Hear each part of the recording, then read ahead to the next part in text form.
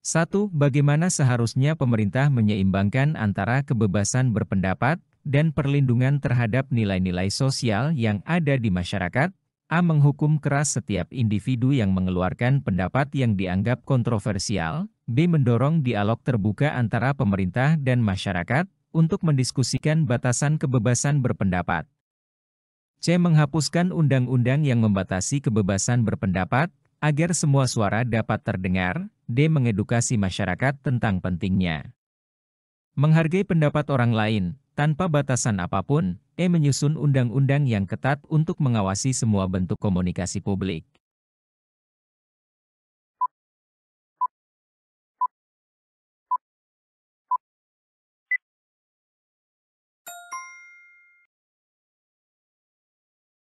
Pasal 28, kemerdekaan berserikat dan berkumpul, mengeluarkan pikiran dengan lisan dan tulisan dan sebagainya ditetapkan dengan undang-undang. B. Mendorong dialog terbuka antara pemerintah dan masyarakat untuk mendiskusikan batasan kebebasan berpendapat. Pilihan ini mencerminkan pendekatan yang seimbang, di mana pemerintah dapat mendengarkan suara masyarakat dan bersama-sama menetapkan batasan yang perlu, tanpa mengorbankan kebebasan berpendapat. Dialog terbuka membantu menciptakan pemahaman dan toleransi di antara berbagai pandangan, serta menjaga nilai-nilai sosial yang ada. 2. Bagaimana seharusnya masyarakat dan negara menangani konflik antara hak individu untuk hidup dan hak masyarakat untuk merasa aman? A. Mengutamakan kepentingan individu tanpa memperhatikan dampaknya terhadap masyarakat. B. Menerapkan undang-undang yang lebih ketat untuk membatasi hak individu dalam situasi tertentu. C. Mendorong dialog antara individu dan komunitas untuk mencapai solusi yang saling menguntungkan. D. Mengabaikan hak individu demi keamanan masyarakat secara keseluruhan. E. Mengedukasi masyarakat tentang tanggung jawab bersama dalam menjaga kehidupan dan keamanan.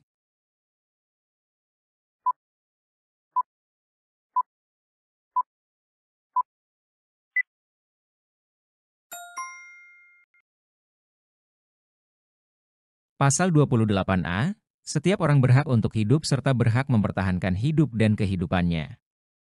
Opsi C mendorong dialog antara individu dan komunitas untuk mencapai solusi yang saling menguntungkan. Pendekatan ini memungkinkan adanya komunikasi dan pemahaman yang lebih baik antara hak individu dan kebutuhan masyarakat akan keamanan. Melalui dialog, kedua belah pihak dapat mencari solusi yang memperhatikan hak dan kepentingan masing-masing, menciptakan keseimbangan yang lebih baik. 3. Bagaimana seharusnya negara menyeimbangkan antara perlindungan hak individu untuk membentuk keluarga dan norma sosial yang ada? A. Mengatur secara ketat semua bentuk perkawinan untuk memastikan kesesuaian dengan norma sosial. B. Mendorong keragaman dalam bentuk keluarga tanpa batasan hukum yang ketat. C. Menyediakan pendidikan tentang hak-hak keluarga dan nilai-nilai perkawinan yang sah. D. Menghapuskan semua bentuk pengakuan legal terhadap perkawinan yang tidak sesuai dengan norma sosial. E. Memprioritaskan perlindungan hak individu tanpa mempertimbangkan norma sosial yang berlaku.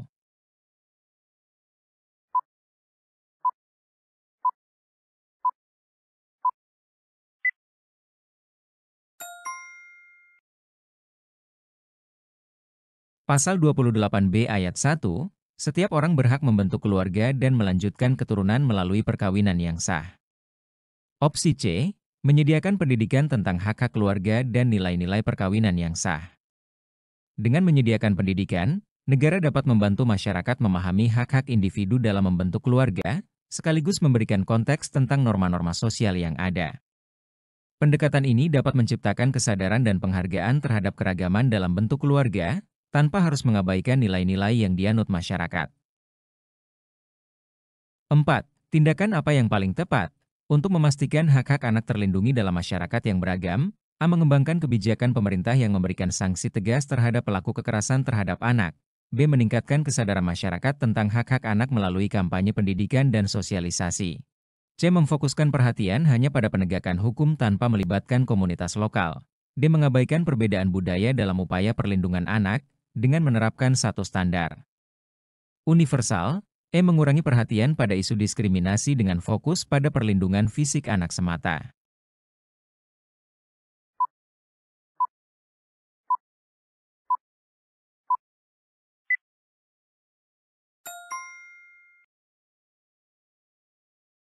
Pasal 28B ayat 2, setiap anak berhak atas kelangsungan hidup, tumbuh, dan berkembang serta berhak atas perlindungan dari kekerasan dan diskriminasi. Opsi B, meningkatkan kesadaran masyarakat tentang hak-hak anak melalui kampanye pendidikan dan sosialisasi. Pendekatan ini sangat penting untuk memastikan bahwa masyarakat memahami hak-hak anak dan cara melindunginya. Dengan meningkatkan kesadaran, masyarakat dapat lebih aktif berperan dalam melindungi anak-anak dari kekerasan dan diskriminasi, serta menciptakan lingkungan yang mendukung tumbuh kembang anak secara optimal. 5. Kebijakan apa yang paling efektif untuk memastikan hak pengembangan diri bagi setiap individu di masyarakat? A. Mengalokasikan anggaran besar untuk infrastruktur pendidikan tanpa mempertimbangkan kualitas pengajaran. B. Mendorong partisipasi masyarakat dalam merancang program pendidikan yang relevan dengan kebutuhan lokal. C. Meningkatkan akses internet tanpa memperhatikan pelatihan keterampilan digital bagi masyarakat.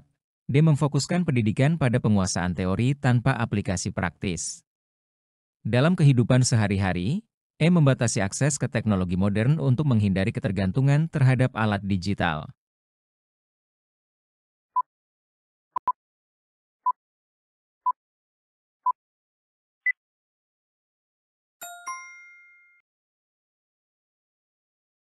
Pasal 28C ayat 1, setiap orang berhak mengembangkan diri melalui pemenuhan kebutuhan dasarnya, berhak mendapat pendidikan dan memperoleh manfaat dari ilmu pengetahuan dan teknologi, seni dan budaya, demi meningkatkan kualitas hidupnya dan demi kesejahteraan umat manusia.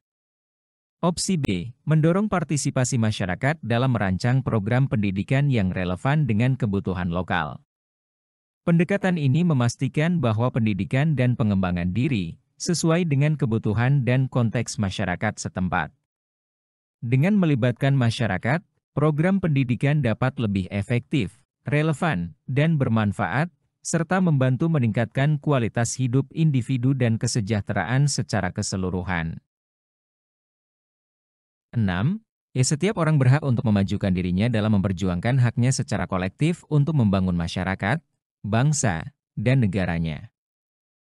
Dalam konteks ini, tindakan apa yang paling efektif untuk memperkuat hak individu dalam perjuangan kolektif tersebut? A. Mengadakan seminar tentang hak asasi manusia tanpa melibatkan masyarakat lokal. B. Membentuk komunitas yang aktif dan terorganisir untuk advokasi hak-hak sipil. C. Mengandalkan pemerintah sepenuhnya untuk menegakkan hak-hak individu tanpa partisipasi masyarakat. D. Mengabaikan perbedaan pendapat dalam komunitas untuk mencapai tujuan bersama. E. Meningkatkan kesadaran akan hak. Hak individu hanya di lingkungan akademis.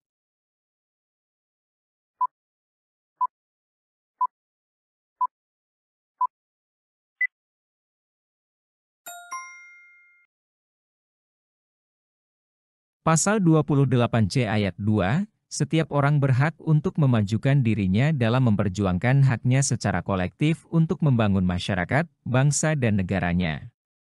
Opsi B, membentuk komunitas yang aktif dan terorganisir untuk advokasi hak-hak sipil. Membentuk komunitas yang terorganisir memungkinkan individu untuk bersatu dan memperjuangkan hak-hak mereka secara kolektif. Dengan dukungan dan partisipasi aktif, komunitas dapat lebih efektif dalam mengadvokasi perubahan dan meningkatkan kesadaran akan hak-hak individu di masyarakat. Ini juga menciptakan ruang untuk dialog dan kolaborasi yang konstruktif.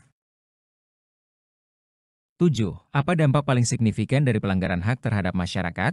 A. Meningkatnya kepercayaan masyarakat terhadap sistem hukum dan lembaga negara. B. Terbentuknya ketidakpuasan dan ketidakpercayaan terhadap sistem hukum. C. Meningkatnya partisipasi masyarakat dalam proses hukum.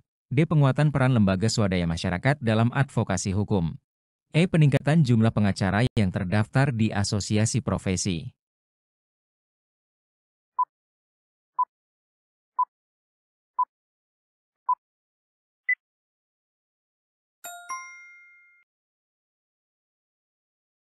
Pasal 28D ayat 1, setiap orang berhak atas pengakuan, jaminan, perlindungan, dan kepastian hukum yang adil serta perlakuan yang sama di hadapan hukum. Opsi B, terbentuknya ketidakpuasan dan ketidakpercayaan terhadap sistem hukum. Pelanggaran terhadap hak atas perlakuan yang sama di hadapan hukum dapat menyebabkan masyarakat merasa bahwa sistem hukum tidak adil dan tidak dapat diandalkan. Hal ini dapat mengakibatkan ketidakpuasan yang meluas, mengurangi kepatuhan terhadap hukum, dan bahkan meningkatkan ketegangan sosial. Ketidakpercayaan terhadap lembaga hukum juga dapat memperburuk konflik di masyarakat. 8. Setiap orang berhak untuk bekerja serta mendapat imbalan dan perlakuan yang adil dan layak dalam hubungan kerja. Jika hak ini tidak dipenuhi, apa konsekuensi jangka panjang yang mungkin terjadi pada perusahaan? A. Meningkatnya produktivitas kerja karyawan. B. Turunnya loyalitas karyawan dan peningkatan turnover. C. Penguatan reputasi perusahaan di mata publik. D. Meningkatnya jumlah aplikasi kerja yang masuk. E. Terbentuknya budaya kerja yang inovatif.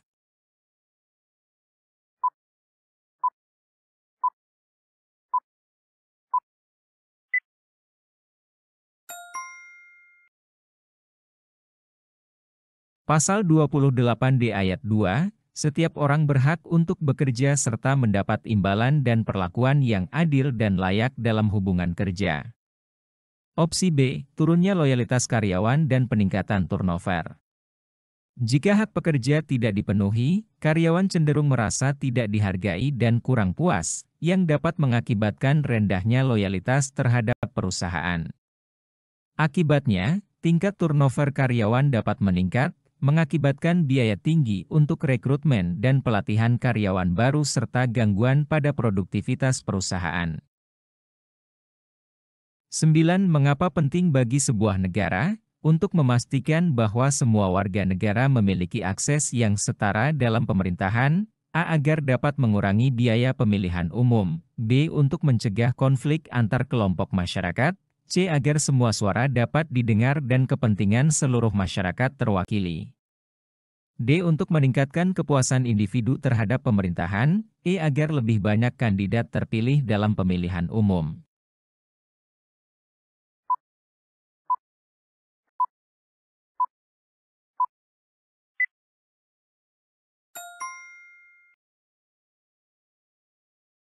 Pasal 28D ayat 3, setiap warga negara berhak memperoleh kesempatan yang sama dalam pemerintahan. Opsi C, agar semua suara dapat didengar dan kepentingan seluruh masyarakat terwakili. Memastikan akses yang setara dalam pemerintahan penting untuk menciptakan representasi yang adil dan demokratis. Ketika semua warga negara memiliki kesempatan yang sama untuk terlibat, kebijakan dan keputusan yang diambil lebih mungkin mencerminkan kebutuhan dan aspirasi seluruh masyarakat, sehingga meningkatkan legitimasi dan efektivitas pemerintahan. 10. Mengapa pengakuan atas hak kewarganegaraan penting bagi individu dalam suatu negara? A. Agar mereka dapat memperoleh pekerjaan dengan lebih mudah. B. Untuk mendapatkan perlindungan hukum dan akses terhadap hak-hak dasar. C. Agar mereka bisa memilih pemimpin negara. D. Untuk meningkatkan rasa nasionalisme di kalangan warga negara. E. Agar dapat berpartisipasi dalam kegiatan sosial tanpa batasan.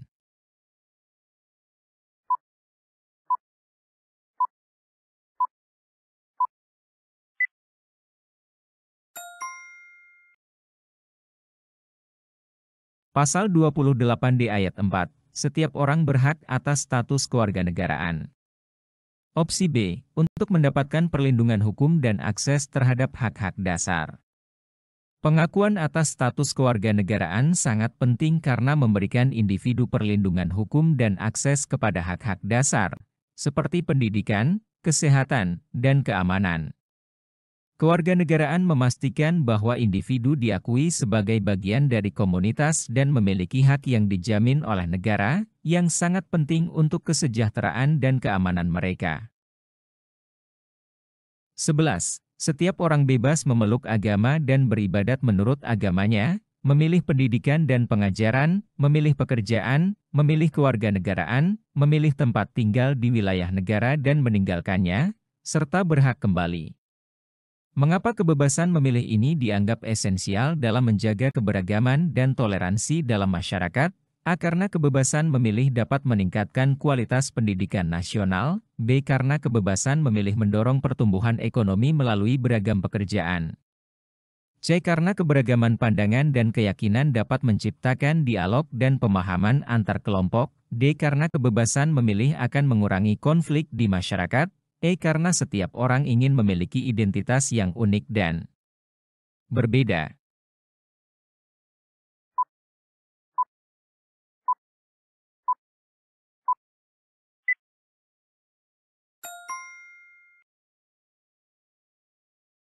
Pasal 28E ayat 1, setiap orang bebas memeluk agama dan beribadat menurut agamanya, memilih pendidikan dan pengajaran, memilih pekerjaan, memilih kewarganegaraan, memilih tempat tinggal di wilayah negara dan meninggalkannya, serta berhak kembali. Opsi C, karena keberagaman pandangan dan keyakinan dapat menciptakan dialog dan pemahaman antar kelompok. Kebebasan memilih esensial dalam menjaga keberagaman dan toleransi, karena memungkinkan individu untuk mengungkapkan pandangan dan keyakinan mereka. Ini mendorong dialog yang konstruktif dan pemahaman antar kelompok, yang pada gilirannya dapat mengurangi prasangka dan meningkatkan kohesi sosial dalam masyarakat yang beragam. 12. Setiap orang berhak atas kebebasan meyakini kepercayaan, menyatakan pikiran dan sikap, sesuai dengan hati nuraninya. Apa dampak positif dari hak ini terhadap dinamika sosial di masyarakat? A. Meningkatkan konflik antar kelompok yang memiliki pandangan berbeda. B. Mendorong keterbukaan dan dialog antar individu dengan latar belakang yang berbeda.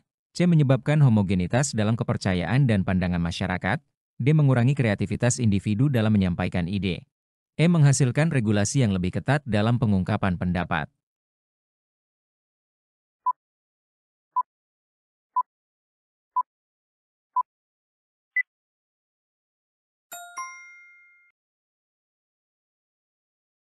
Pasal 28E ayat 2, setiap orang atas kebebasan meyakini kepercayaan, menyatakan pikiran dan sikap, sesuai dengan hati nuraninya. Opsi B, mendorong keterbukaan dan dialog antar individu dengan latar belakang yang berbeda. Dampak positif dari hak ini adalah bahwa kebebasan untuk meyakini dan menyatakan pikiran mendorong individu untuk berbagi pandangan dan pengalaman mereka. Ini dapat menciptakan ruang untuk dialog yang konstruktif, memperkuat saling pengertian, dan meningkatkan toleransi di antara berbagai kelompok dalam masyarakat. 13. Setiap orang berhak atas kebebasan berserikat, berkumpul, dan mengeluarkan pendapat. Apa konsekuensi yang mungkin timbul jika hak ini tidak dijunjung tinggi dalam suatu masyarakat? A. Meningkatnya partisipasi masyarakat dalam proses pengambilan keputusan. B. Penguatan hubungan antar individu dalam komunitas. C. Penurunan kepercayaan masyarakat terhadap pemerintah dan lembaga publik.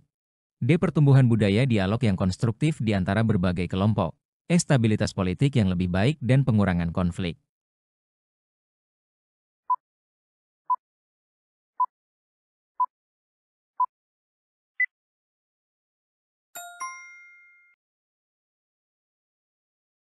Pasal 28E ayat 3, setiap orang berhak atas kebebasan berserikat, berkumpul, dan mengeluarkan pendapat. Opsi C, penurunan kepercayaan masyarakat terhadap pemerintah dan lembaga publik. Jika hak kebebasan berserikat, berkumpul, dan mengeluarkan pendapat tidak dijunjung tinggi, masyarakat cenderung merasa diabaikan dan tidak didengarkan.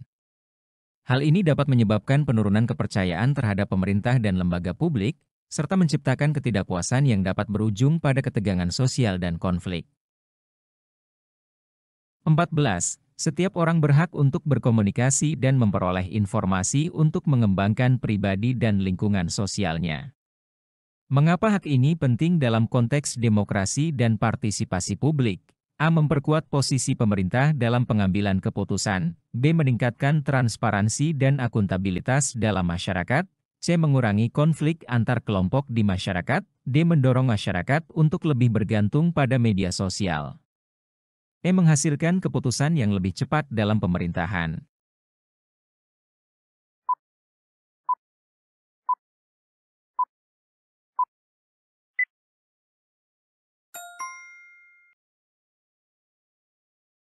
Pasal 28F, setiap orang berhak untuk berkomunikasi dan memperoleh informasi untuk mengembangkan pribadi dan lingkungan sosialnya, serta berhak untuk mencari, memperoleh, memiliki, menyimpan, mengolah, dan menyampaikan informasi dengan menggunakan segala jenis saluran yang tersedia.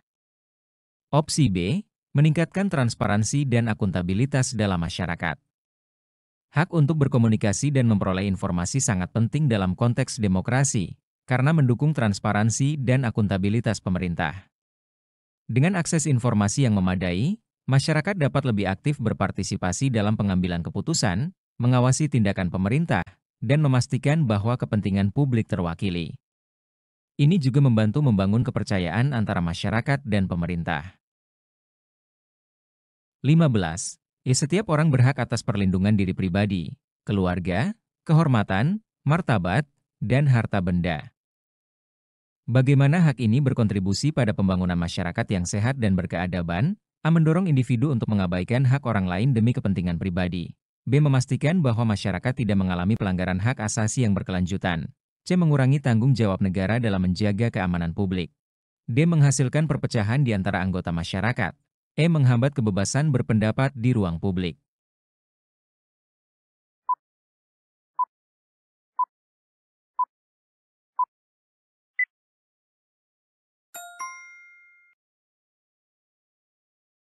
Pasal 28G ayat 1, setiap orang berhak atas perlindungan diri pribadi, keluarga, kehormatan, martabat, dan harta benda yang di bawah kekuasaannya, serta berhak atas rasa aman dan perlindungan dari ancaman ketakutan untuk berbuat atau tidak berbuat sesuatu yang merupakan hak asasi. Opsi B, memastikan bahwa masyarakat tidak mengalami pelanggaran hak asasi yang berkelanjutan.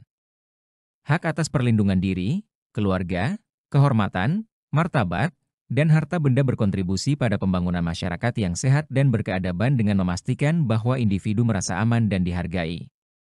Ketika hak-hak ini dihormati, masyarakat dapat berkembang dalam lingkungan yang stabil, mendorong rasa saling menghormati dan kolaborasi antar anggota masyarakat, serta menciptakan fondasi bagi keadilan dan kesejahteraan bersama.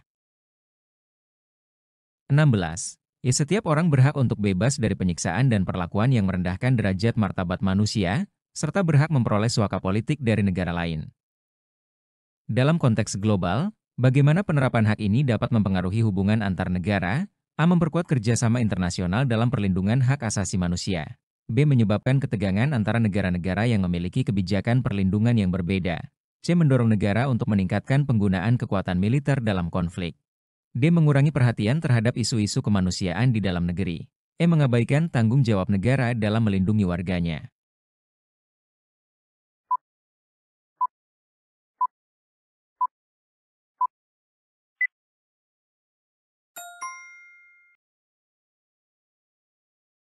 Pasal 28G ayat 2, setiap orang berhak untuk bebas dari penyiksaan dan perlakuan yang merendahkan derajat martabat manusia, dan berhak memperoleh suaka politik dari negara lain.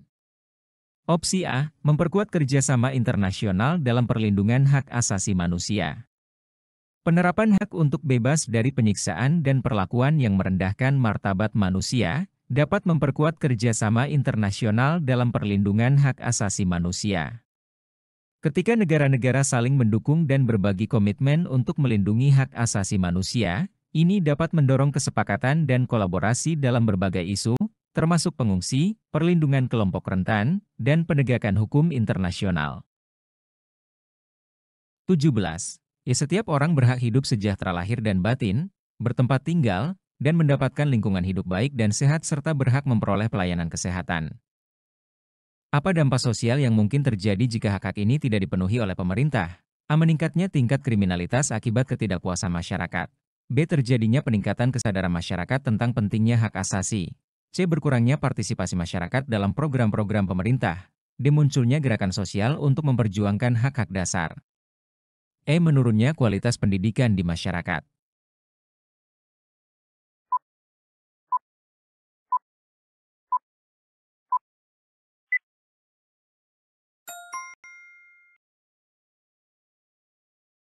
Pasal 28H ayat 1, setiap orang berhak hidup sejahtera lahir dan batin, bertempat tinggal, dan mendapatkan lingkungan hidup baik dan sehat serta berhak memperoleh pelayanan kesehatan. Opsi A, meningkatnya tingkat kriminalitas akibat ketidakpuasan masyarakat.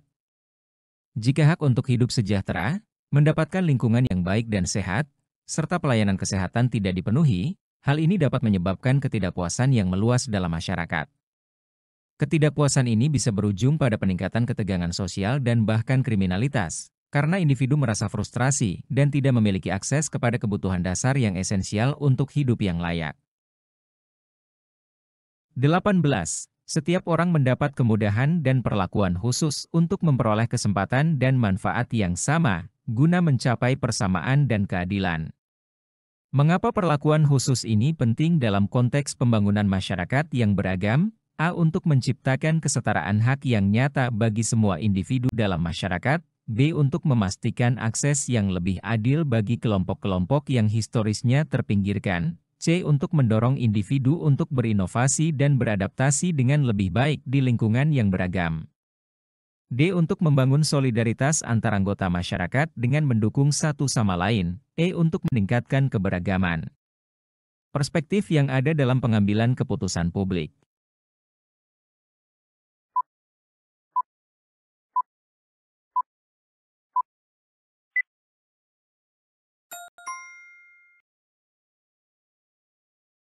Pasal 28H ayat 2. Setiap orang mendapat kemudahan dan perlakuan khusus untuk memperoleh kesempatan dan manfaat yang sama, guna mencapai persamaan dan keadilan. Opsi B. Untuk memastikan akses yang lebih adil bagi kelompok-kelompok yang historisnya terpinggirkan. Perlakuan khusus ini penting untuk memberikan kesempatan yang lebih setara kepada kelompok-kelompok yang mungkin telah terpinggirkan dalam sejarah. Dengan memberikan dukungan tambahan kepada mereka, masyarakat dapat bekerja menuju kesetaraan yang lebih nyata dan mengurangi kesenjangan yang ada, sehingga menciptakan lingkungan yang lebih inklusif dan adil bagi semua individu. 19. Bagaimana jaminan sosial dapat berkontribusi dalam menciptakan masyarakat yang lebih inklusif? A. Dengan memberikan dukungan finansial yang bersifat sementara untuk semua lapisan masyarakat, dengan fokus pada peningkatan kualitas hidup. B. Dengan memprioritaskan pendidikan bagi segmen-segmen tertentu dari populasi, tanpa mempertimbangkan kebutuhan komunitas lainnya. C. Dengan menyediakan peluang akses yang adil terhadap pendidikan, layanan kesehatan, dan kesempatan kerja bagi seluruh individu. D. Dengan memperkuat kolaborasi antara sektor swasta dan pemerintah dalam menyediakan layanan sosial yang lebih terintegrasi. E. Dengan mengembangkan sistem insentif yang mendorong individu untuk saling membantu dalam komunitas, tanpa menciptakan ketergantungan pada bantuan.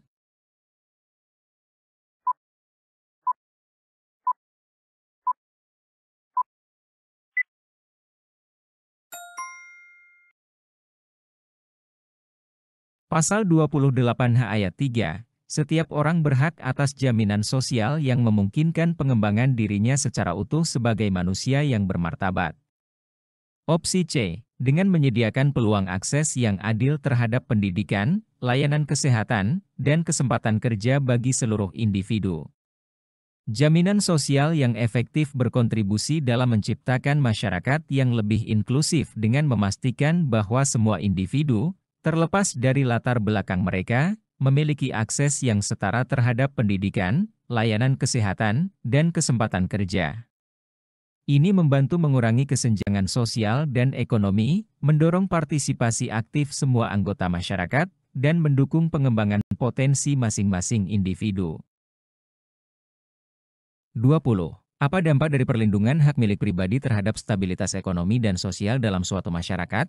A. Meningkatkan ketidakadilan ekonomi dengan mempertahankan kekayaan hanya pada kelompok tertentu, sementara yang lain tetap tidak memiliki hak yang sama.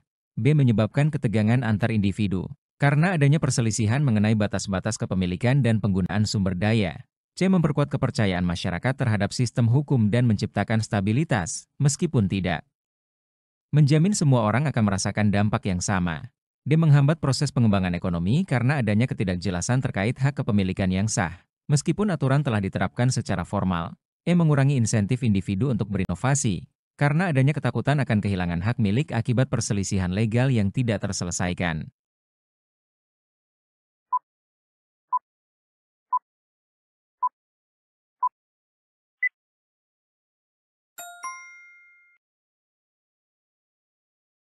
Pasal 28H ayat 4. Setiap orang berhak mempunyai hak milik pribadi, dan hak milik tersebut tidak boleh diambil alih secara sewenang-wenang oleh siapapun. Opsi C. Memperkuat kepercayaan masyarakat terhadap sistem hukum dan menciptakan stabilitas, meskipun tidak menjamin semua orang akan merasakan dampak yang sama. Perlindungan hak milik pribadi yang kuat berkontribusi pada stabilitas ekonomi dan sosial, dengan meningkatkan kepercayaan masyarakat terhadap sistem hukum. Ketika individu yakin bahwa hak milik mereka akan dilindungi, mereka lebih cenderung berinvestasi, berinovasi, dan berpartisipasi dalam kegiatan ekonomi, yang pada akhirnya mendukung pertumbuhan dan kestabilan dalam masyarakat. 21. hak untuk hidup, hak untuk tidak disiksa, hak kemerdekaan pikiran dan hati nurani, hak beragama, hak untuk tidak diperbudak, hak untuk diakui sebagai pribadi di hadapan hukum, dan hak untuk tidak dituntut atas dasar hukum yang berlaku surut, adalah hak asasi manusia yang tidak dapat dikurangi dalam keadaan apapun. Mengapa penting untuk menegakkan hak asasi manusia tersebut? Dalam konteks pembangunan masyarakat yang berkelanjutan, agar distribusi kekuasaan politik dapat berjalan seimbang, meskipun tidak semua orang akan mendapatkan keuntungan yang sama, untuk menciptakan fondasi sosial yang stabil guna mendukung pertumbuhan ekonomi, tanpa menargetkan kesejahteraan untuk semua pihak. Karena pengabaian hak-hak tersebut dapat memperbesar risiko ketegangan sosial dan membahayakan stabilitas jangka panjang, supaya masyarakat tetap menerima kebijakan pemerintah meskipun ada ketidaksepakatan atas keputusan tertentu, untuk memastikan pengembangan teknologi berjalan tanpa hambatan meskipun menimbulkan tantangan etis.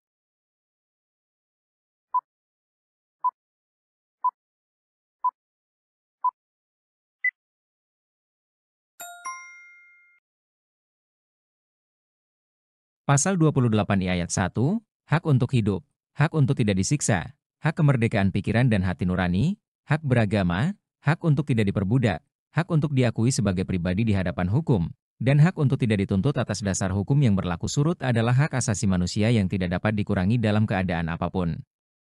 Opsi C, karena pengabaian hak-hak tersebut dapat memperbesar risiko ketegangan sosial dan membahayakan stabilitas jangka panjang. Menegakkan hak asasi manusia yang fundamental sangat penting untuk menjaga stabilitas dan harmoni dalam masyarakat. Ketika hak-hak ini diabaikan, hal itu dapat menciptakan ketidakpuasan, ketidakadilan, dan konflik yang mengancam kohesi sosial dan menghambat pembangunan yang berkelanjutan. Dengan menjamin hak-hak tersebut, masyarakat dapat mencapai kemajuan yang lebih inklusif dan berkelanjutan.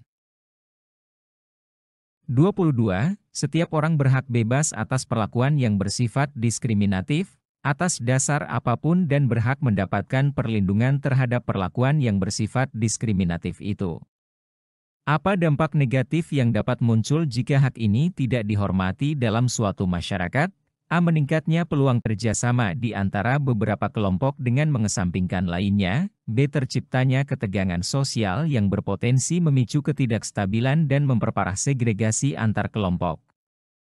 C. Menurunnya inovasi sosial akibat perbedaan yang tidak dimanfaatkan secara maksimal untuk kemajuan bersama. D. Masyarakat akan terlihat lebih terorganisir, meskipun terjadi polarisasi yang dalam. E. Partisipasi politik menjadi lebih terbatas karena ketimpangan kesempatan, terutama bagi kelompok yang dirugikan.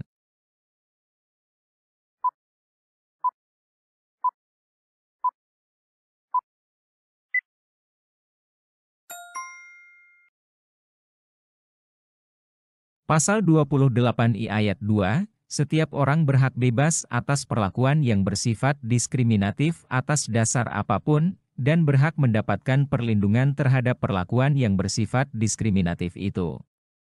Opsi B, terciptanya ketegangan sosial yang berpotensi memicu ketidakstabilan dan memperparah segregasi antar kelompok.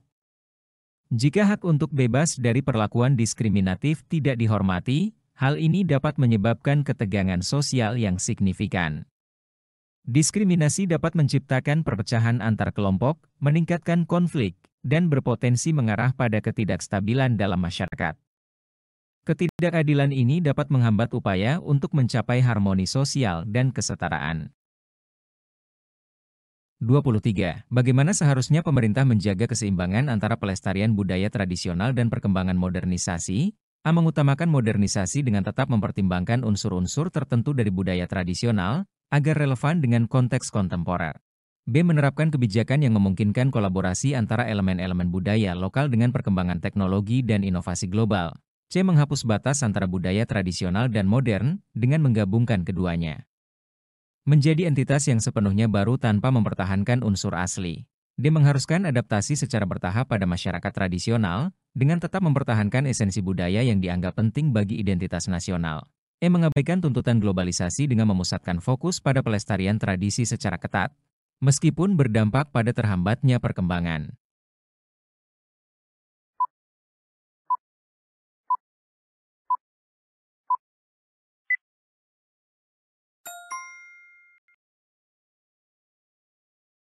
Pasal 28I ayat 3, identitas budaya dan hak masyarakat tradisional dihormati selaras dengan perkembangan zaman dan peradaban.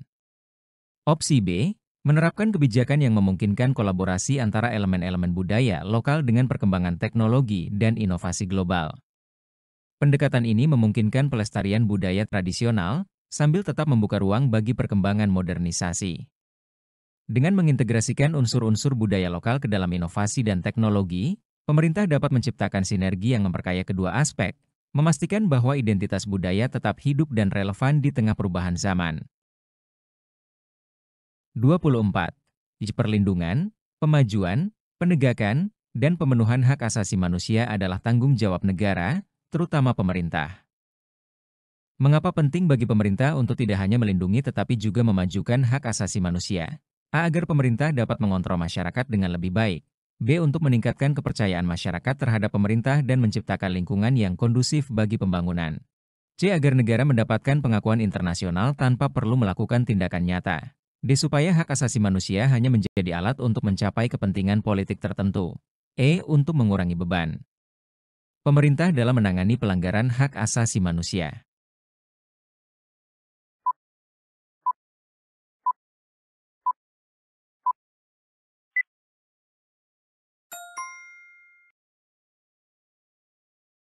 Pasal 28I ayat 4, perlindungan, pemajuan, penegakan, dan pemenuhan hak asasi manusia adalah tanggung jawab negara, terutama pemerintah. Opsi B, untuk meningkatkan kepercayaan masyarakat terhadap pemerintah dan menciptakan lingkungan yang kondusif bagi pembangunan.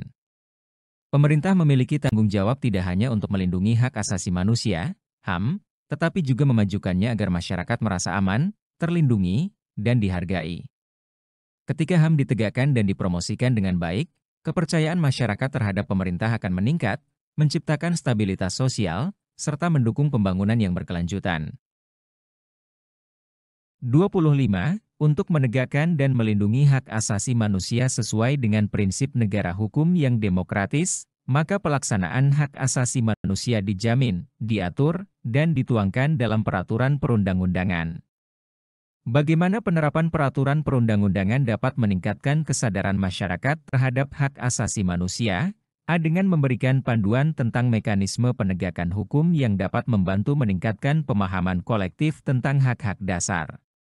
B. Dengan menegakkan regulasi yang memperkuat kendali negara atas pelaksanaan hak-hak individu tanpa mempertimbangkan opini publik. C. Dengan menyusun kebijakan yang tidak hanya membatasi hak-hak, tetapi juga mengarahkan bagaimana masyarakat dapat berpartisipasi secara konstruktif dalam menjaga hak tersebut.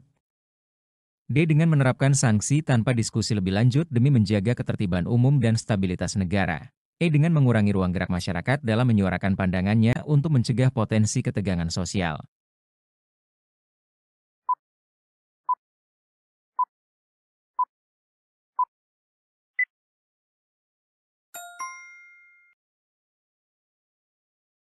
Pasal 28I ayat 5, untuk menegakkan dan melindungi hak asasi manusia sesuai dengan prinsip negara hukum yang demokratis, maka pelaksanaan hak asasi manusia dijamin, diatur, dan dituangkan dalam peraturan perundang-undangan.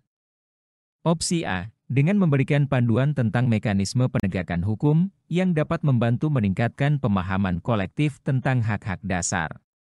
Penerapan peraturan perundang-undangan yang jelas mengenai hak asasi manusia dapat berfungsi sebagai panduan bagi masyarakat untuk memahami hak-hak mereka dan cara menegakkannya. Dengan informasi yang tepat tentang mekanisme penegakan hukum, masyarakat dapat lebih aktif dalam memperjuangkan hak-hak mereka dan meningkatkan kesadaran akan pentingnya hak asasi manusia dalam kehidupan sehari-hari. 26. Mengapa penghormatan terhadap hak asasi manusia orang lain menjadi penting dalam menjaga keutuhan masyarakat dan negara? A. Karena hal tersebut dapat menekan potensi ketegangan yang mengancam stabilitas sosial dalam jangka panjang. B. Karena hanya dengan menghormati hak mayoritas, tatanan sosial yang stabil dapat tercapai secara efektif. C. Karena penghormatan terhadap hak orang lain merupakan prinsip yang perlu ditegakkan demi kepentingan publik secara menyeluruh. D. Karena pelanggaran Terhadap hak orang lain seringkali dimanfaatkan untuk memperkuat pengaruh kelompok tertentu, karena pengabaian hak orang lain tidak berdampak langsung terhadap struktur dan dinamika sosial yang ada.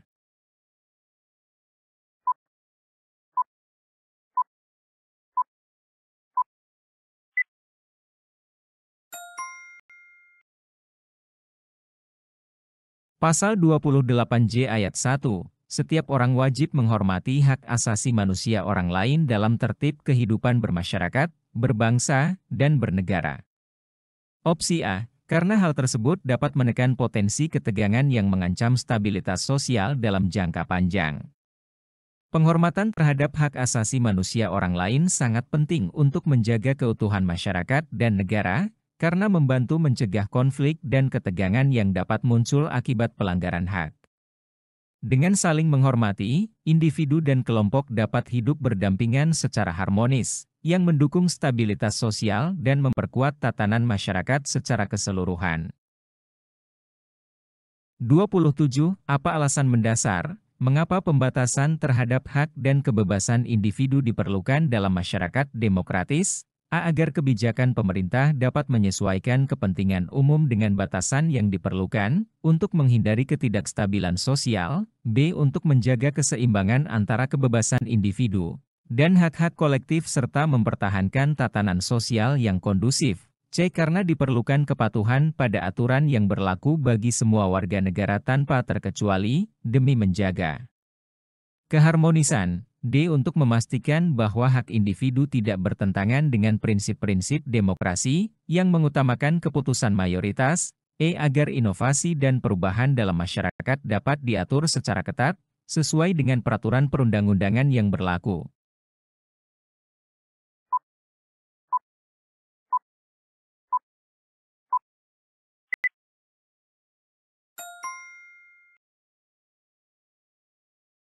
Pasal 28J ayat 2, dalam menjalankan hak dan kebebasannya, setiap orang wajib tunduk kepada pembatasan yang ditetapkan dengan undang-undang, dengan maksud semata-mata untuk menjamin pengakuan serta penghormatan atas hak kebebasan orang lain, dan untuk memenuhi tuntutan yang adil sesuai dengan pertimbangan moral, nilai-nilai agama, keamanan, dan ketertiban umum dalam suatu masyarakat demokratis.